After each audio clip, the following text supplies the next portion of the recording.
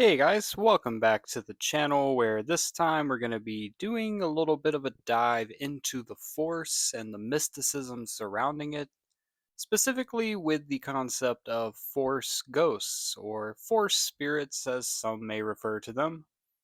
These are an integral part of the Star Wars universe and something that really opens the world up beyond just the normal life that people in the Star Wars universe live, with the opportunity to kind of transcend beyond that and kind of get a view into what the living force really is and what the cosmic force really is.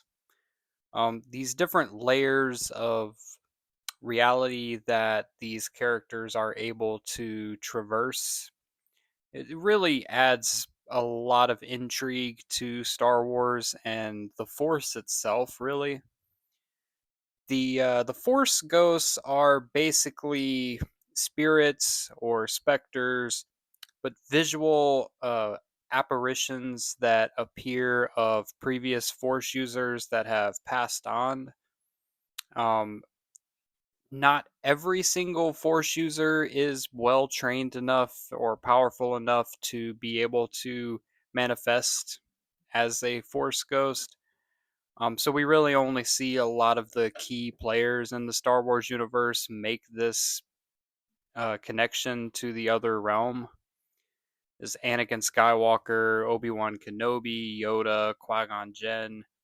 And I think limiting it to those that are particularly special or really attuned to the Force, powerful, with a lot of training, a lot of experience, I think that does make it a lot more special. Definitely wouldn't be as special if every single Jedi, every single Force user is able to do this. Um, so that's a really cool thing. And it was first brought about with Alec Guinness's Ben Kenobi in the original trilogy. So he kind of appears in the icy winds of Hoth, to tell Luke to go to Dagobah to finish his training. And he's just kind of like this very vague image in the blizzard. Prior to that, we did hear his voice reach Luke during the Death Star trench run. So that was an early indicator that, Ben Kenobi's spirit was still active. And then ultimately, we see him in Return of the Jedi walking, being able to sit down on a log, have this conversation with Luke. Further expanded in future projects where we see that Force ghosts are able to slightly interact with their environment, which is really cool.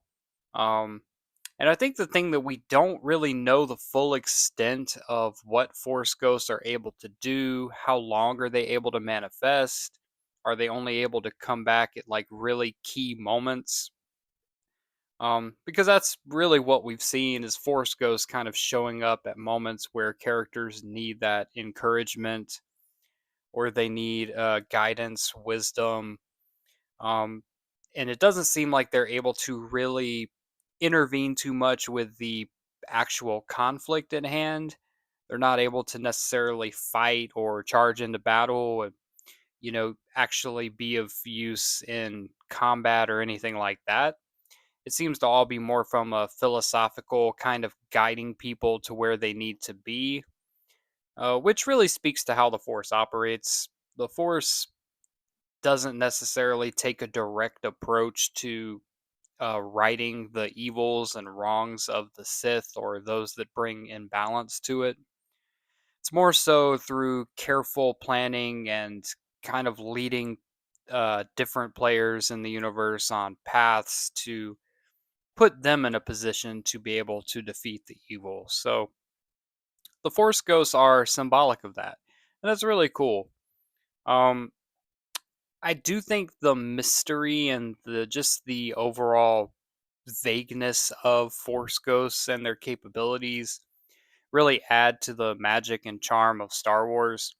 I definitely think it's an important addition to the lore, to the universe that these great force users that we come to really grow attached to are able to transcend beyond their normal living just because they are killed off or make a sacrifice or whatever the case may be, they are able to actually return, which gives us more time with the character, gives the heroes in the story more time with the character as well.